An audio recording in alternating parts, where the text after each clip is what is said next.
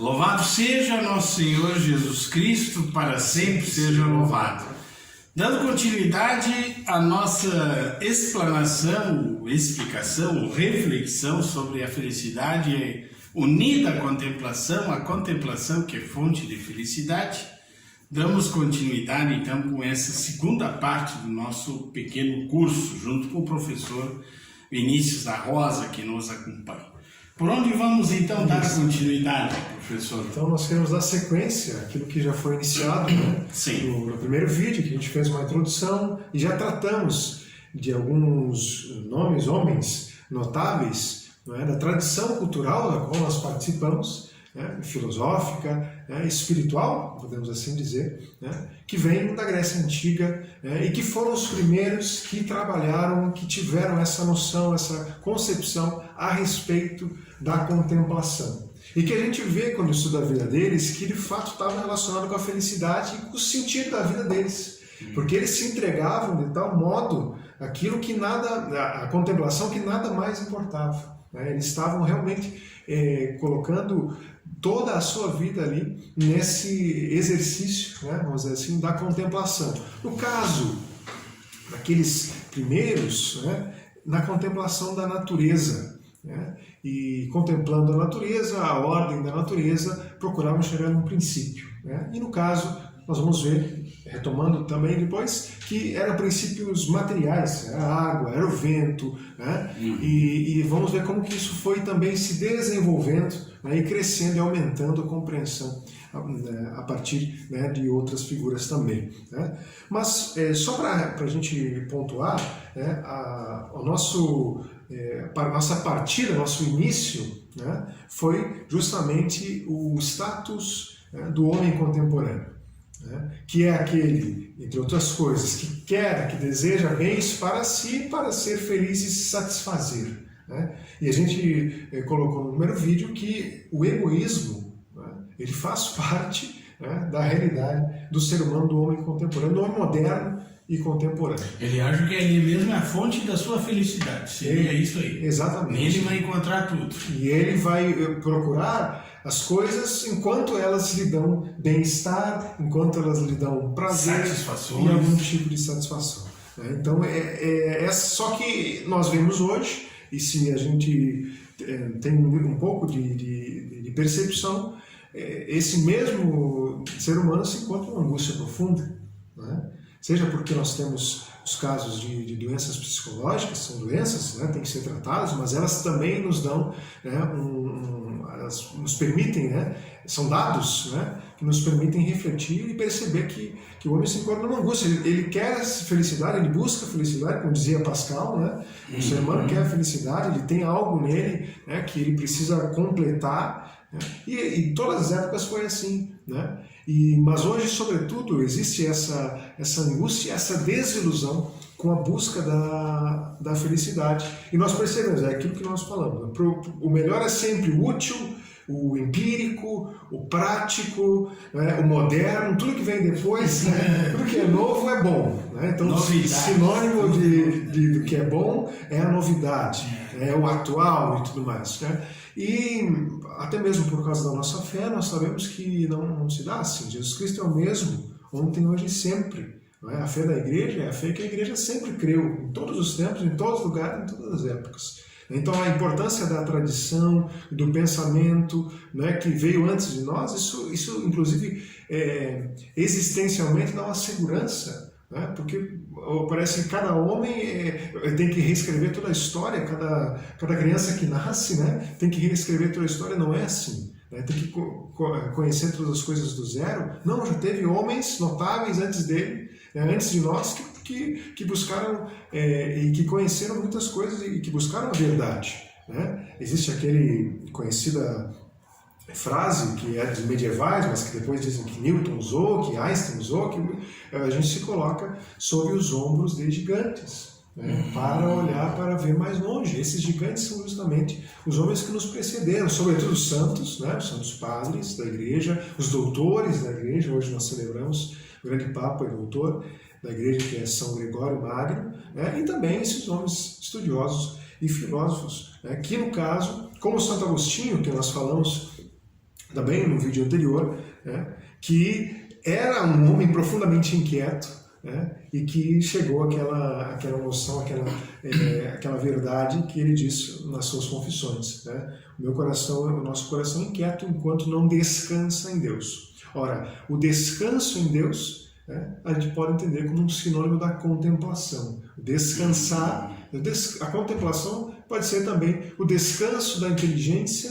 do ser humano quando encontra a verdade, o descanso da vontade humana quando encontra o bem, né? Então, Santo Agostinho deu para nós um caminho, né? E aí a gente está trilhando esse caminho. Falamos também sobre Tales de Mileto, falamos sobre Anaxágoras, e depois confira aí no vídeo anterior, se você está vendo esse vídeo primeiro, né? Mas uma coisa eu queria destacar disso para a gente poder seguir adiante, né? É que tanto na história de Tales quanto Anaxágoras, eles que se retiraram, Anaxágoras tinha uma grande fortuna na sua família, e ele deixou tudo para olhar para o céu, né? Tipo os primeiros santos cristãos faziam isso. Exatamente, parece a história de Santo Antão, parece a história de São Bento, né? Ou dos próprios apóstolos, né? Então, só que ali já havia, entre essa vida que os primeiros filósofos estavam tomando para si e a vida prática, resolver problemas, no caso de Atenas, da Grécia, as lutas, as guerras, tudo mais, né? A república, né? Havia já esse embate, né? E que, tanto que para Tales falava, você está no mundo da lua, você só fica olhando para cima e chega a cair no buraco, no poço, né? Anaxágoras mostrou, não se preocupa, né? Quem que vai administrar os bens da tua família, né? E agora o Senhor deu tudo, a sua fortuna e tudo mais. Então existia esse embate, mais ou menos como também existe hoje, e mais ou menos também como as ideologias falam a respeito da fé. Exato. Não é assim que Marx escreveu? A religião é o ópio do povo. Né? Ela impede que o povo perceba, né, a opressão de classe que acontece. Né? E, na verdade, a linguagem do povo não é de Marx, né? Isso já era a teologia de libertação, mas a linguagem do proletário, né? Então, e ele dizia isto, quer dizer, nós temos que nos preocupar com as coisas práticas. Então esse embate parece que ele é cíclico na história, né? Entre aqueles que querem buscar a verdade, contemplar e viver segundo ela, obviamente, não se trata de ser... contemplar e viver segundo ela, e obedecer. A verdade contemplada, ela tem que ser obedecida e, se Deus dá a graça, ensinada também, né? Como até mesmo aparece no lema dos dominicanos, né? Contemplar e ensinar. Então, seguindo essa sequência, esses nomes, nós queremos falar um pouco ainda hoje sobre dois importantes filósofos, né? Pitágoras e Sócrates, um pouco sobre a vida deles, né? Esses filósofos anteriores a Pitágoras, eles buscaram a arqué, o princípio das coisas contemplando a natureza. Todos eles viram princípios materiais. A contemplação, é importante que a gente tenha essa noção, ela não era só uma contemplação puramente sensorial para eles, porque eles olhavam a natureza e se questionavam a respeito do princípio, né? No caso, do que é feito, do que são feitas as coisas, né? Então não é só uma impressão dos sentidos, né? Como depois outros filósofos vão achar que o conhecimento né? Os empiristas. Mas ela é mais do que isso, já é um trabalho da inteligência humana. Né? Quando a gente para e começa a se questionar, a pensar, a meditar, né? Isso já fazia parte desses filósofos chamados até de físicos naturalistas, justamente porque os princípios para eles eram materiais. Né? Agora, com Pitágoras acontece um salto nessa noção. Pitágoras também contemplava a natureza, Pitágoras foi o primeiro a fundar uma escola de filosofia, né? Em que as pessoas se alistavam, digamos assim, na escola para estudar com ele. Né? E Pitágoras tinha algo muito interessante. Primeiro, ter sido fundador de uma escola. Né? Segundo, que ele exigia uma formação, mais do que isso, uma postura ética de quem queria estudar com ele. Né? Então, ele deveria ter uma conduta reta para estudar com ele, para contemplar e para buscar a verdade, né? E também porque ele tinha a noção de que aqueles que deveriam estudar tinham que saber matemática. Né? Eles deveriam saber, como depois aparece em Platão e até mesmo em Santo Agostinho. Né?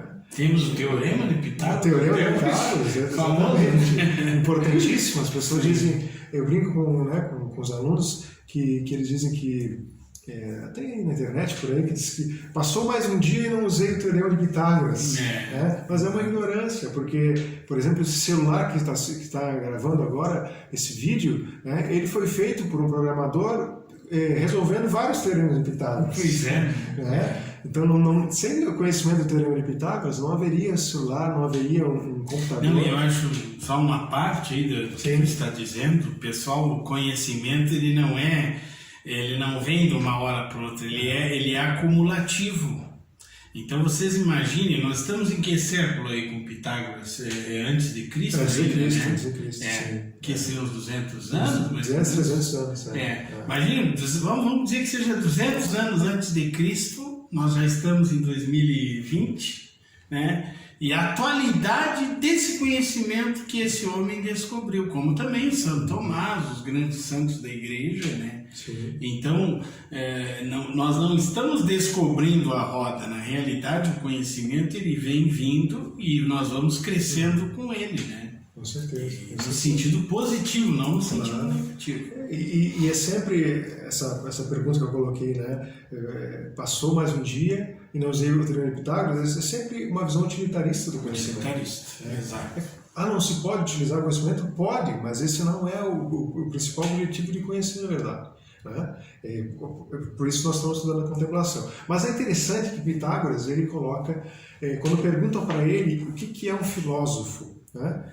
E a gente aqui entender, não o filósofo de carteirinha, não o filósofo aquele profissional, não. Todo homem que busca a verdade, que busca a sabedoria, né? A filosofia busca a sabedoria, que cada um de nós estamos buscando, claro, para viver bem, todo mundo quer viver bem. Né?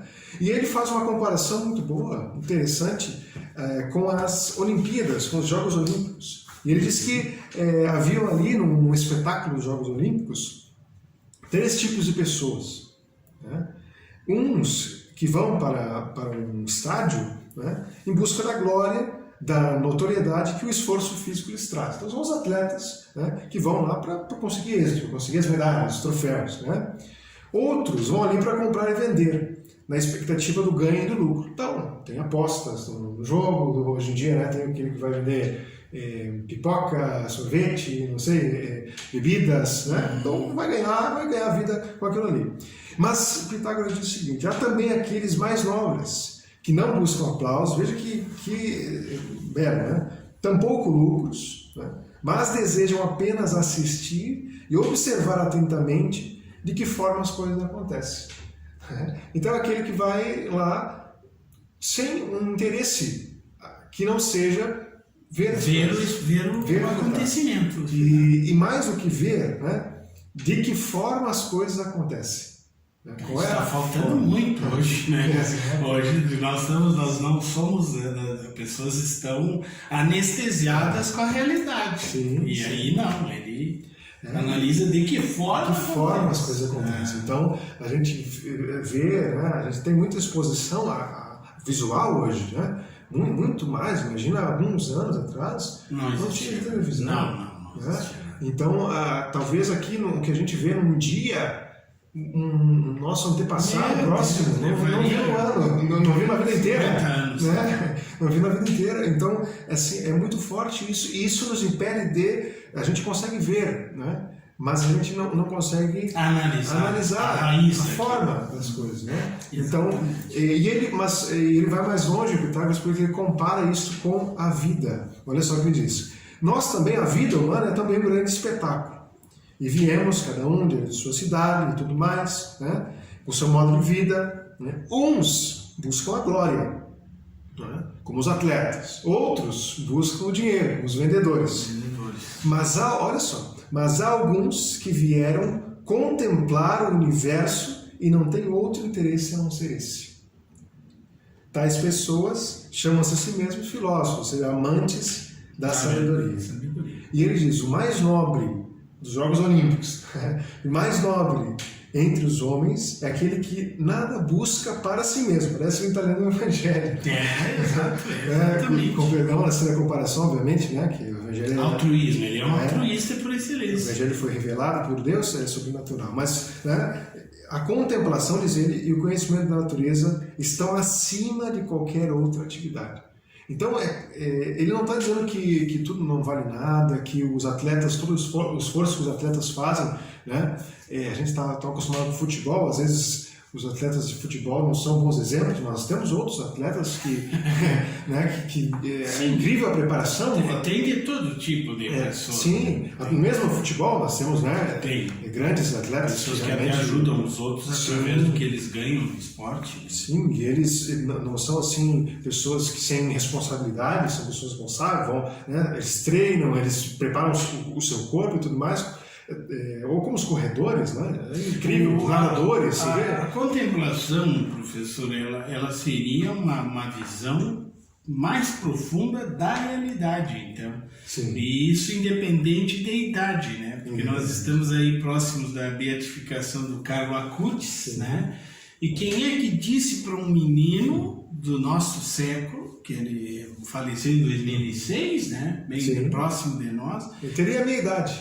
É isso. Seria a minha idade. Quem é que disse para um menino desse, na era da informática, porque ele já estava muito inserido nesse mundo da informática, o valor da Eucaristia e o valor da devoção a Nossa Senhora?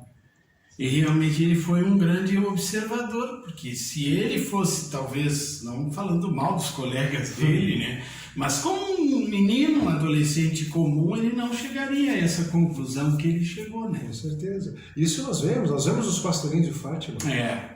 Com a descrição que eles fazem, quando do próprio Francisco, é uma graça de contemplação, da vida contemplativa, já que nós depois, né, em alto grau. Depois nós vamos, se Deus quiser, trabalhar essa parte também sobrenatural, né? O padre conhece muito da espiritualidade teresiana, né, e de São João da Cruz, e nós queremos também tratar isso porque faz parte. O próprio São João da Cruz perguntou, né, qual é a natureza, a essência da contemplação, né? Ou o São Tomás, quando era criança, parou para o monge Monte Cassino e perguntou o que é Deus? Uma criancinha, né? Uma criança de 9 ou 12 anos, alguma coisa assim, perguntou, quer dizer, ele já estava, né, não estava preocupado como é que faz aqui um carro, né? Como é que faz uma carro, não, o que é Deus, né? Porque ele estava vendo as coisas e se perguntando qual é a forma das coisas, como Pitágoras aqui estava relatando. Então é incrível assim a importância disso. Né? E como isso já vai nos dando assim, uma certa paz, porque, veja, se a gente acompanhar, vamos falar aqui, né, coisa do celular, você compra um celular, eu mesmo comprei um celular, e na outra semana sai um celular novo, que é uma atualização já do meu celular, que foi lançado esse ano no Brasil. É muita velocidade. Então, quer dizer, você fica louco, você fica maluco. Acompanhar a tecnologia. Você fica maluco. Então, aquelas coisas que permanecem, aquelas coisas que são eternas, né? Aquelas verdades, como o Teorema de Pitágoras, quer dizer, se você percebe a verdade do Teorema de Pitágoras, isso é belo, isso é lindo. E a contemplação é isso, assim, uma intimidade com a verdade. Isso é a contemplação. Né? Talvez até a gente possa dizer, é mais do que conhecimento, porque conhecimento ele é adequar a nossa inteligência à verdade. É uma ferramenta, vamos dizer, né? Você busca conhecer aquela realidade. Conhecer aquela realidade. E isso já é importante. É importantíssimo hoje em dia, que não se tem pessoas que nem isso tem, né? Os relativistas e tudo mais. Né? Sim. Mas a contemplação é mais do que isso, ela é uma intimidade com a verdade, uma intimidade com a sabedoria. Convivência. A convivência, perfeito. A participação. Né? De tal forma, quando você ensina aquilo, você sabe daquilo, né, que você está ensinando. Você não somente ouviu, você não somente estudou nos livros, mas vamos dizer, se você esteve com a sabedoria, você esteve com a verdade. Né? E de tal forma, e se a gente fizer um link com a própria vida sobrenatural, com a participação, né, na vida divina, que é a graça, que é a opção do batismo, a graça, isso é uma beleza infinita, nós vamos chegar lá, mas, né, E o Pitágoras, ele, no sentido do que nós estamos falando do princípio material, o Pitágoras foi um pouco além. Porque enquanto os antigos filósofos diziam, né, que esses princípios eram a matéria das coisas, que as coisas eram feitas, o Pitágoras disse que a essência das coisas era, não era matéria, mas era algo que está por trás, além da matéria, que para ele era matemática, os números. O número para o Pitágoras é a essência das coisas. O número não é material. Quer dizer, você mede uma coisa, aquela coisa é material, mas o número não é material. A quantidade, código, uma qualidade, exato. Então você faz referência, a partir do número a uma coisa, ao comprimento de uma mesa, por exemplo. Mas o comprimento não é material, a mesa é material. Então, para o Pitágoras, talvez o exemplo mais fácil de perceber é a música. Se a gente vê a música que ela é formada pelas vibrações, as cordas do violino, do violoncelo, e que perturba o ar, e você tem ali as ondas, que se propagam no ar e chegam, até o nosso tímpano, nosso cérebro. Mas isso não é a música, isso não é a essência da música, isso é a matéria da música. Mas a essência da música é a harmonia. A essência da música são as proporções que existem, numa harmonia e numa melodia que fazem, inclusive, a gente perceber que é belo. Depois o Platão vai fazer uma bela uma reflexão sobre isso, as formas ideais e tudo mais. Mas aqui no Pitágoras ele percebeu isso, que os números eram a essência das coisas. E, então a gente já tem aqui um salto, um avanço, um desenvolvimento. Depois do Pitágoras, nós temos a figura do Sócrates. Até aqui a gente inclusive chama os pré-socráticos. Então, porque o Sócrates é importante. Nós talvez não temos nada escrito do Sócrates, em primeiro lugar. E o que nós temos de conhecimento do Sócrates foi o Platão que dele. Principalmente, aliás, tem um outro livro escrito sobre uma biografia do Sócrates, Xenofonte, se não me engano, um aluno do Sócrates. E o Platão escreveu nos diálogos. Então, os diálogos do Platão, o principal protagonista, na maioria dos diálogos, é Sócrates. Então, o Sócrates, é interessante a gente olhar para a vida dele. O Sócrates ele tinha uma conduta moral irrepreensível, que foi demonstrada na principalmente na Guerra do Peloponeso. Que foi uma guerra entre os atenienses e os espartanos, que os atenienses perderam, Sócrates era de Atenas. E então existem várias histórias de como ele se portou nessa guerra. E quando, às vezes, até mesmo em menor número, ele continuava com honra, com bravura, com coragem, e que despertava até nos inimigos o interesse por saber quem era aquele homem que se portava assim. E depois da derrota, Sócrates se manteve fiel àquilo que ele ensinava e tudo mais, e isso custou a liberdade e a vida dele. Porque ele continuou ensinando da mesma forma que antes, mas aí estava sob domínio e ele acabou... tomar cicuta. Exato, foi preso e depois foi condenado à morte.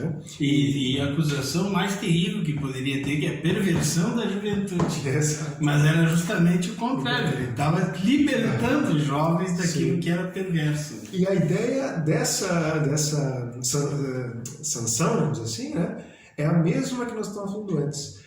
Você está levando os jovens a estudar, e aquilo que era mais perceptível no ensino, da dialética de Sócrates, porque ele saía a conversar com as pessoas e entender o que é o ser humano, para poder chegar na essência do ser humano, na essência das virtudes, da justiça, do que é a república, o que é o amor, etc., o que é a lei. Então, e ele foi, justamente por não se preocupar com os problemas práticos daquele tempo, ele foi condenado também. Então é assim uma linha que sempre existe assim. Pode dizer que ele foi meio um mártir da verdade, da busca da sabedoria. E a fidelidade é aquilo que é ensinado. Se tu fizer isso, realmente tu vai te comprometer. Sim, ele realmente, assim, diferente do que a gente vê hoje, ele não desfez os seus princípios, ele manteve os princípios até o fim. Né? Os princípios da justiça, como ele procurou ensinar o justo a qualquer custo, inclusive o custo da sua própria vida. Né? E aqui nós vemos que, enquanto tinha a contemplação da natureza dos antigos pré-socráticos, com Sócrates nós vemos, não sei se podemos dizer assim, mas uma contemplação do ser humano. Ele se debruça sobre o ser humano, sobre a ética, né? Sobre a moral, como que o ser humano deve se portar para viver bem, né? E conhecendo essa verdade, né? Ele viver adequadamente segundo essa verdade própria do ser humano. Por isso ele dizia, conhece-te a ti mesmo. Conhece-te a ti mesmo. Que na verdade, conhece a tua alma, né? Conhece a tua essência e conhece as aspirações da tua alma. Né? Então, olha, depois Santo Antão ele repete isso e explica isso fantasticamente. Né? Então, conhece que tu tens uma alma. Né? Enquanto os antigos viam um princípio material, ele está dizendo agora, né? O ser humano tem uma alma, né? Que é imaterial, que vai além da matéria, e ela tem princípios, ela tem uma natureza. Mas ele chegou a essa conclusão também, o Sócrates, que tinha essa dimensão superior? Sim, da alma sim, porque conhecer a ti mesmo é conhecer a alma, porque é o conhecimento da alma que vai dizer que virtudes você tem que ter. Né? E como que você deve viver para viver corretamente segundo essas virtudes. Claro que depois vai se esclarecer isso, sobretudo com Aristóteles. Né? Ele vai ensinar o que é virtude, o que é natureza e tudo mais. Né? Mas o Sócrates também.